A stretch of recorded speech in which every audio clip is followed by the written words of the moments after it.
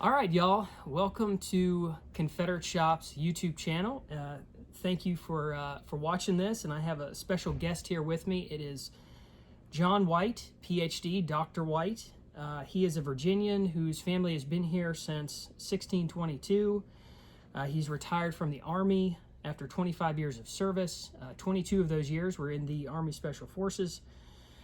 He holds 4 master's degrees, along with receiving a PhD from the University of Alabama. He is a teacher, a former teacher, the Virginia Military Institute and Liberty University. He's an author, a historian, husband, and father, and thank you so much for being here. Thank you for the kind words. Yeah, so one reason why I wanted you to come in is because you know so much about Fort Sumter, and it is a very, should I say, sticky subject. There is this narrative that goes on about Fort Sumter today, and that narrative is that the South were a bunch of treasonous traitors because they fired on Fort Sumter, and really this was justification for Lincoln's invasion. But just in a nutshell, this modern narrative we hear today about Fort Sumter, I mean, do you think this is an accurate narrative? Okay. First off, I think in terms of the actual ownership of the property, South Carolina had deeded the property for Fort Moultrie and Johnston, which were the other ones that were in the Charleston Harbor, in 1805. And South Carolina deeded the shallows in Charleston Harbor on which Sumter was built, because back then they would just pick a shallow spot, dump rocks on it until it was above water, and then build a fort on that. Yeah. And so they deeded that in 1840. So in terms of absolute ownership, the federal government owned that property. It was given by the state of South Carolina. Now, the state of South Carolina gave it so that they could defend Charleston. You know, that the state forces and the federal forces, in the event of an invasion or a war, you know, with some maritime power, that Charleston might be one of the places that the enemy would try to take it. So obviously it's there to defend Charleston, but it belonged to the federal government. But one thing I want to emphasize to the audience is that unlike today, when military installations are occupied just indefinitely, you know, I spent a lot of time at Fort Bragg, I spent time at Fort Benning, and those don't go away. But back in this time frame, the U.S. Army was tiny. Yeah. And the president periodically would order forces, okay, shut this one down and evacuate it. Doesn't mean we're giving up the ownership. It just means that there's nobody going to be there. You know, take away all the property that's worth, using elsewhere and just leave it. Like a lot of times they leave the cannons. You just leave them sitting there, and if we need it, we'll reoccupy it. Yeah. So it was uncontroversial. So this happened over and over where forts were not abandoned, but just the troops were sent elsewhere. Mm-hmm. And maybe they'd leave a caretaker staff, maybe they wouldn't. Some examples: Fort Macon in North Carolina on the coast, which is a really interesting fort. Forts Jackson and Phillip in Louisiana. There were just a bunch of them. There most of them on the seaboard. But the president would just say, okay, or the War Department would say, evacuate this fort and move those troops over here. Yeah. And that doesn't imply surrendering of the ownership, but it was uncontroversial for federal troops to just leave a fort. Yeah. So, but with Fort Sumter specifically, who do you believe the first aggressor was? Because they always say the South fired the first shot, therefore they were the aggressors. I mean, really, because the history clearly shows that Lincoln had resupplied the fort. This is the point that I always try to make to people. I spent most of my time talking about Virginia, but the Virginia Convention was in session during the time frame, and there were reports in the New York newspapers. What nowadays we would call operational security or OPSEC. They were exercising really poor OPSEC, maybe intentionally. That there were an expedition being fitted out in New York City to go somewhere, and there were 2 forts that were in the seceded states that had not been taken over by the states as they seceded, Sumter and Pickens. Pickens is outside of Pensacola, Florida, yeah. And Sumter. So the Confederate authorities, with the South Carolina authorities initially, and then the Confederate authorities tried to negotiate. They had what they thought were gentlemen's agreements with the Buchanan administration, saying, don't move anything in Charleston Harbor and we will not threaten your troops.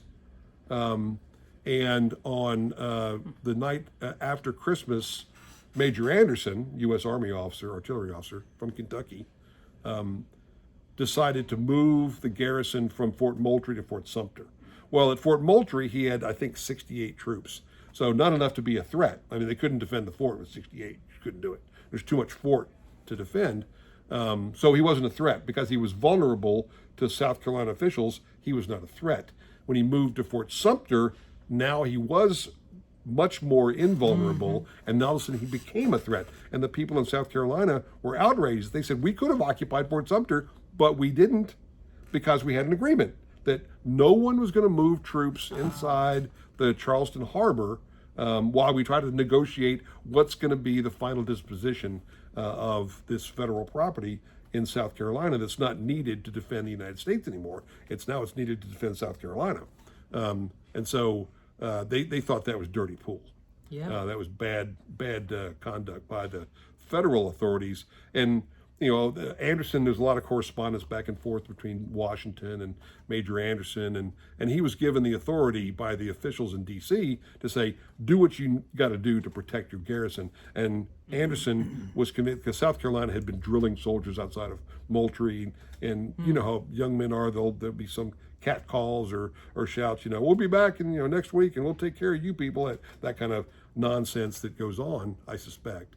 But Anderson felt very vulnerable in Moultrie. Yeah. Now, for the Unionist side of this argument, it's interesting. They will say, oh, you stole federal property. Well, Anderson destroyed tens, maybe hundreds of thousands of dollars of federal property when he abandoned Moultrie. So if you're really upset about the property value, you destroyed this federal property, you would think that they'd get really angry at Anderson for destroying property, but he was doing things like burning gun carriages and that kind of thing. So the president could have ordered the troops, say, tell you what, in the interest of not having a war break out, that came about. And here's the key point about the people in Charleston tried to send food to Sumter to keep the soldiers fed, and Anderson refused the food. In March of '61, he said, get that food out of here. We don't want any of their food. He wrote to Washington saying, I'm running out of food and I can't defend this place, and you're not going to be able to get into Charleston to resupply us. That was one of the first things Lincoln saw. So, but the key point was the date. When all of these expeditions are being publicly, it was infantry, artillery, cavalry, engineers, ammunition, all this stuff, like hundreds, thousands of troops being loaded on ships in New York, and they know they're going somewhere, and most likely it's Sumter. Meanwhile, by this point, the Lincoln administration, who was in the White House, they were saying, "Oh yeah, we're gonna feed the garrison." Well, if you're gonna feed the garrison, you don't need hundreds of infantry, cavalry, artillery, and engineers to feed 68 men in Fort Sumter. So they knew that they were being played falsely. They were being lied to.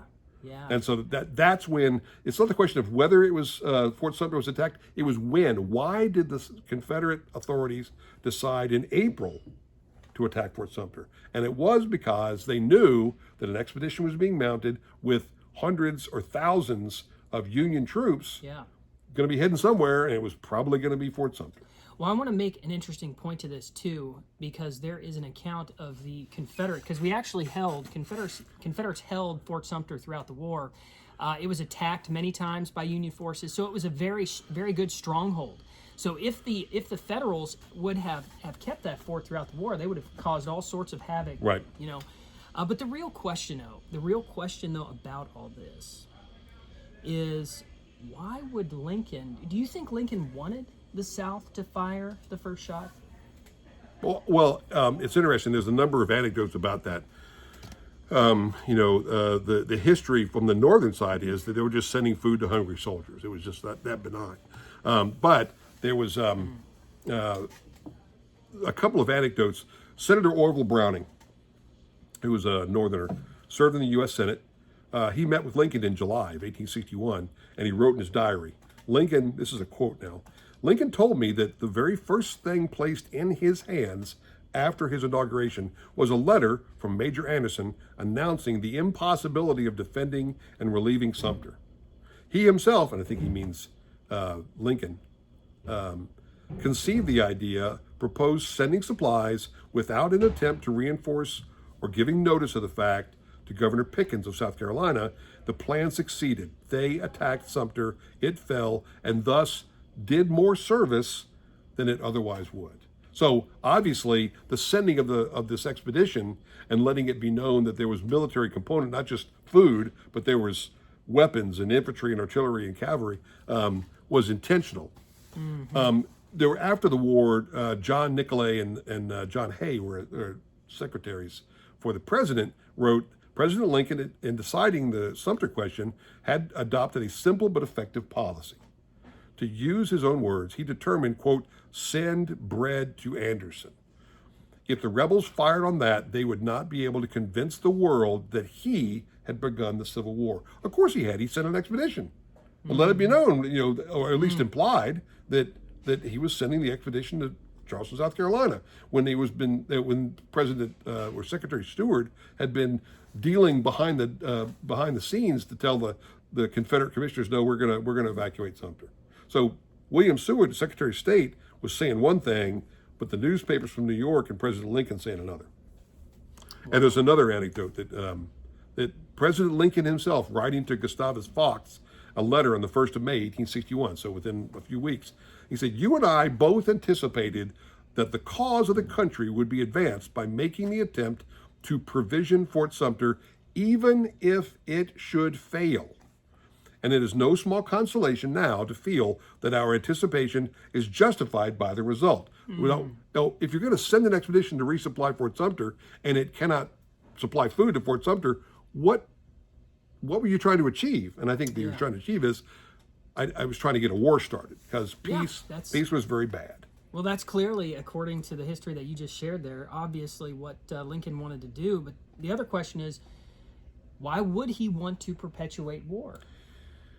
Well, that's a complicated economic question. And if you want to go in that on this interview, or you want to take a break, and I'll tell you what. Why don't we save it for the next video, and we will talk about why Lincoln wanted to perpetuate war when it came to Fort Sumter.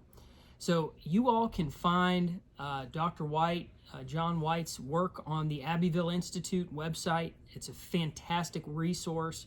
They're the ones that come out with many of these great new books that I have from Shotwell Press. They are true fighters for our Southern history. So, John, thank you so much for joining us. You're very welcome. Yeah. Bye-bye, y'all.